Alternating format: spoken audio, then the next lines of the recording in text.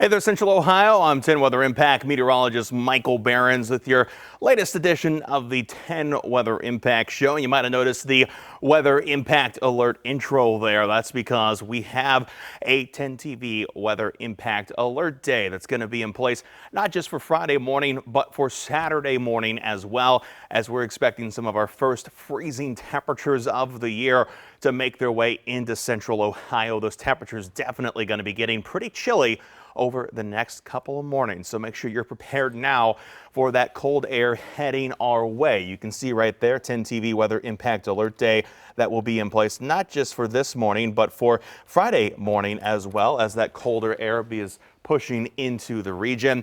Those areas will be under alerts for tomorrow morning, include most of the 10 TV viewing area. All those counties highlighted in the blue there under a freeze warning for Friday morning. So again, make sure that you are ready for that cold air heading our way as we head into this week. And again, not just tomorrow morning, but Friday or Saturday morning also expected to be quite cold here across Central Ohio, with that potential for frost and freeze conditions across the region. So make sure you protect the plants, protect the pipes, and allow a little bit of extra time in the morning before you head out on the road. You're going to need it to warm the car up. You're going to need it to get the frost off the windshield, and make sure you get the whole windshield clear. Don't just have that little bitty scraped hole that you're looking through out there. The more you can see, the safer things are on the roads with that frosty conditions expected.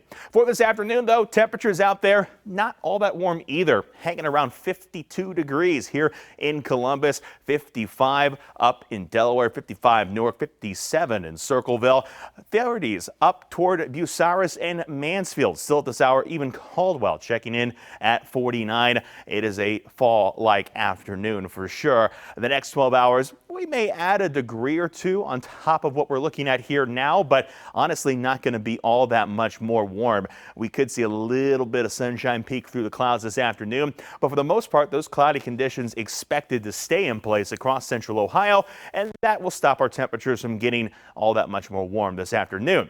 We got the opposite problem as we head through tonight. Temperatures pushing down into the 40s by around midnight, 30s by the time we head after midnight tonight. We'll see the clear skies let those temperatures fall through the overnight hours, and we're expecting to get down to around 35 here in the city. And, you know, we talked about freeze warnings, but our air temperature probably not going to make it to freezing in Columbus. But what we're concerned about is that ground layer, because these temperatures, they're measured about, say, 5 feet off ground level. Gets even colder as you get down toward the surface. That's where we're expecting those temperatures to be at or below the freezing mark potentially tomorrow morning. And that's why it's dangerous for vegetation especially, and that's the layer where the frost will form as well. But that's just for here in the city. Some areas might actually hit an air temperature near to below freezing tomorrow. 32 in the forecast for Newark, 29 for Circleville, 30 for Chillicothe. Watch out for those freezing conditions as we head through tonight. And then again, we stay pretty chilly for the next several days. We're in the 30s, not just tomorrow morning, but Saturday morning and Sunday morning as well. Below average for this time of the year. We should be around 42 for your average morning low. We're going to be well below that for the next several days. We will get back up to about normal by the time we head toward Monday and Tuesday. Those temperatures will be going up just a little bit, back closer to normal for the next couple of days. Rain chances, of course, that's the other thing a lot of people want to know about. We're keeping an eye on those too. We do have a small chance out there this afternoon. We'll call it about 20%. That's lake driven with the winds up to the north. That goes back down to about 0 for Friday and Saturday. 20% on Sunday and Monday, but then we climb back up to better chances for rain for next Tuesday and Wednesday. Of course, we'll keep a close eye on those rain chances here as we head through the next week, but we'll get you ready for the rest of this afternoon first. You can see the radar out there showing that lake-driven precipitation. You can follow that path of the wind all the way up to Lake Michigan. It's what's causing the cloud cover this afternoon, and it's what's causing our chances for rain too. The best chance for any of these lake-driven spotty showers, it's going to be north of I-70. Most of the rest of us should stay dry. In fact, if you head down far to the south, portions of Pike, Ross County, really even over to Athens, has some sunshine coming through this afternoon, but the rest of us is going to be stuck under this layer of clouds. The winds winds out there driving those lake effect showers, also driving a little bit of wind chill factor this afternoon. Winds gusting as high as 24 miles per hour right now in Columbus, 25 Chillicothe, 21 in Newark, 20 in Kenton. It's a little breezy out there, so keep that in mind as you head out this afternoon as well. Hour by hour forecast here. We'll track those spotty showers as we work our way through this afternoon. You can see again mostly up to the north of I-70. A lot of the rest of us not really having to deal with any potential for rain. Maybe one of those showers reaches down to Columbus, but that would be about as far south as any would go. As we head into the rest of the afternoon and evening, the clearing starts to push into early Friday. This is why our temperatures dip so hard Friday morning. That clear sky lets all of the heat that we do have go back up into space, and we definitely feel the effects come Friday morning. Good news is Friday, though, should be a little bit sunnier than today, slightly warmer than today, too, making for a fall-like but nice end to the work week, and we'll continue that pattern as we head into the weekend as well. Your 10 Weather Impact 7-day forecast, including 2 weather impact alert days for Friday and Saturday morning. Again, with those cold temperatures in place, make sure you allow extra time in the morning, warm the car up, keep the pets safe, keep the pipes safe, keep the plants safe, cover up those sensitive vegetation if you still have any that are kicking around outside. But then get ready for a fall-like, but otherwise nice night for 1st and 10 high school football. We have that frost freeze warning early in the morning, but then as we get deeper into the day, we make our way up to about 56. Kickoff for football will be in the mid-50s. By halftime, down to about 50. Final score will come in the 40s. So you'll need that extra layer on both ends of tomorrow as you head out the door and as you head to those football games as well. Keep that in mind. We do warm back up to around the 60s by the time we head into Sunday. We'll be around 60 as well Monday and Tuesday. Tuesday, though, brings back that chance for rain across the region. Showers are a possibility as we head into Tuesday, and again, kind of ramping up as we head into Wednesday. Get ready for those rainy conditions to come back to the forecast, at least for a couple of days here. But again, the big thing we're watching right now are our weather impact alert days, specifically around that risk for freezing temperatures tonight and again tomorrow night. So make sure you keep a close eye on the thermometer, and again, protect the plants before you go to bed tonight. And of course, despite all this cold weather, that is heading our way, we're still a month away from the official start of winter. But this year, experts are predicting, at least some of them, that it could be a particularly intense one when it comes to storms around the Ohio Valley and the Midwest in general, with the winter season officially starting December 21st. The meteorological winter season, of course, begins December 1st, both of those still over a month away. But with winter coming, if you're looking for a job, ODOT is putting out the call for seasonal snowplow drivers. They need help covering the 8,600 miles of roads across central Ohio. We're learning more than 99,000 tons of salt is already ready to be delivered in the coming days. ODOT is getting their equipment and their teams together to prepare for the snowfall. Safety is top of mind as a record number of ODOT vehicles have actually already been hit on the side of the road so far this year. Last year in the 2024-2025 winter season, our plows were struck 54 times. So that's 54 more times than they should have been struck. We always want that number to be closest to 0 as possible. And there are more than 300 trucks that cover our region. And again, they still need those seasonal drivers. You can apply, find the link on our website, 10tv.com, under this story. As we wrap up our coverage on the cold air on the way, we do want to take one more chance to tell you to protect those plants and the pipes heading toward those freezing temperatures tonight and early Friday. But you should also look out for your jack-o'-lanterns. I know a lot of us already have those carved in on the front porch. 10 Weather Impact meteorologist Meredith Carafalo joins us to explain. A lot of times when it's really cold and we get to that freezing level, we talk about protecting your plants.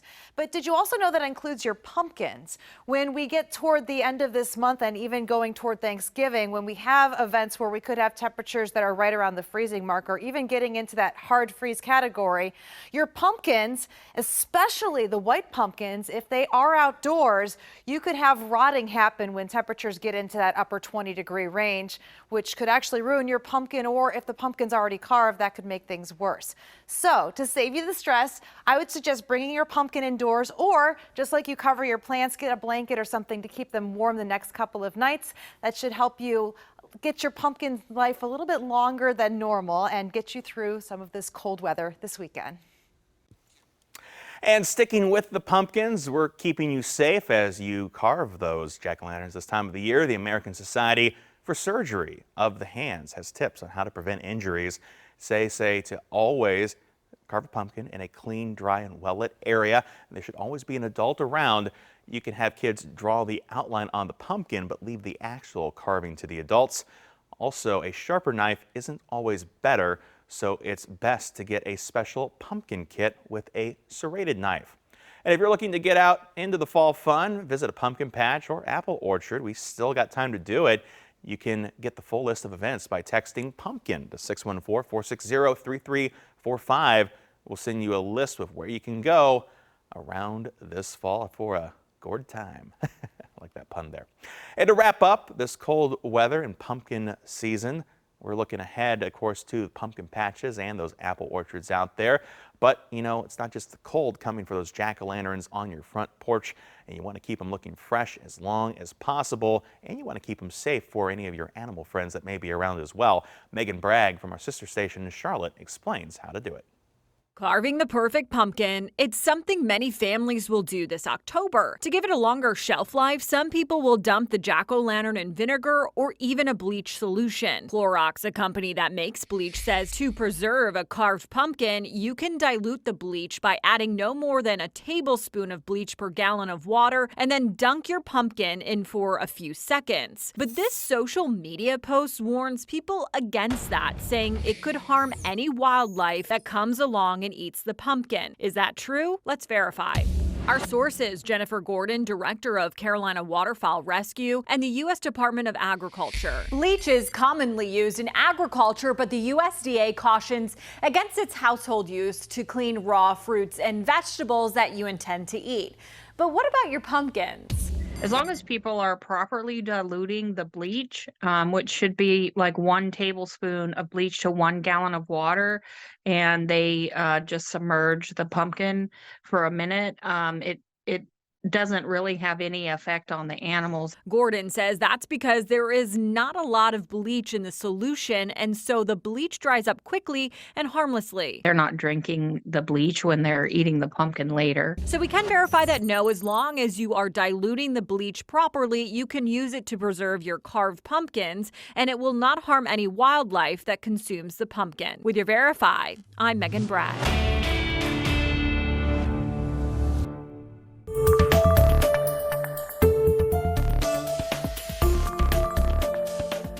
And turning now to some violent weather around the world. Earlier this week, a rare and unfortunately deadly tornado made its way through parts of France. This is eyewitness footage recorded on Monday that showed a tornado advancing through Vermont north of Paris. The storm there toppling cranes and ripping off roofs, which unfortunately left 1 person dead and multiple injured.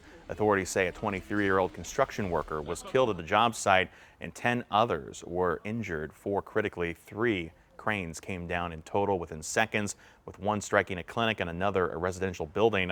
No additional injuries were reported from those impacts. In a statement on X, Interior Minister Laurent Nunez described the event of the storm as a, quote, sudden and rare intensity, also adding, I am following the situation closely and express my support to officials, the rescuers on site, and affected residents. And sticking with the destructive weather, a father is now facing multiple charges in Southern California over the death of his 2-year-old son after their car became trapped in floodwaters last month. The little boy was swept away, but his father was rescued and survived. Was it negligence or a tragic accident? CBS News' Elise Preston has that story. Emergency crews say this is Brandon Aguilera Padilla's white car being tossed around and swept off this flooded Southern California roadway with his 2-year-old son inside. The 26-year-old father was found on an island amid the floodwaters, but Xavier was lost. The next day, search teams found the boy's body in a nearby flood channel. On Tuesday, police in the city of Barstow said Aguilera Padilla was arrested based on evidence obtained by investigators, including witnesses at the scene, but didn't go into further detail. In court documents, prosecutors claim his actions, though unintentional, showed gross negligence. He's now charged with vehicular manslaughter and child abuse. What do prosecutors have to prove in this case? They would need to show is that the father acted in a way where he created or allowed circumstances likely to lead to death or great bodily injury. That you were grossly reckless with respect to your child's life. Aguilera Padilla has pleaded not guilty and is due back in court next week. I'm Elise Preston, Los Angeles.